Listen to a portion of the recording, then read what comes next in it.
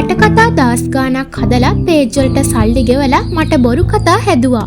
මාධවීගේ දෙවන සැමියාගේ විවාහයෙන් පසුව මාධවීගෙන් ආන්දෝලනාත්මක හෙළිදරව්වා. ජනප්‍රිය රංගන ශිල්පිනී මාධවී ඇන්තනීගේ දෙවන විවාහය වූයේ මිලාන් සිල්වා සමගයි. ඉන්පසුව ඔවුන් දෙදෙනා වෙන් වී මේ වන විට මාධවී කසුන් සමග විවාහ වී ඉතා සැපවත් ජීවිතයක් ගත කරමින් සිටිනවා. පසුගිය කාලයේ මාධවී පිළිබඳ සමාජ මාධ්‍ය බොහෝ විවේචන එල්ල කර තිබූ අතර එම කාලයේ ඇය දැඩි නිහඬ බවකින් පසු වූවා. නමුත් පෙරේදා දිනේදී මිලාන් ජනප්‍රිය ගුරුවරියක් වන රුවන්ති සමග විවාහ වීමෙන් අනතුරුව මාධවී තමන්ගේ මුහුණුපතේ ආන්දෝලනාත්මක හෙළිදරව්වක් කර තිබෙනවා.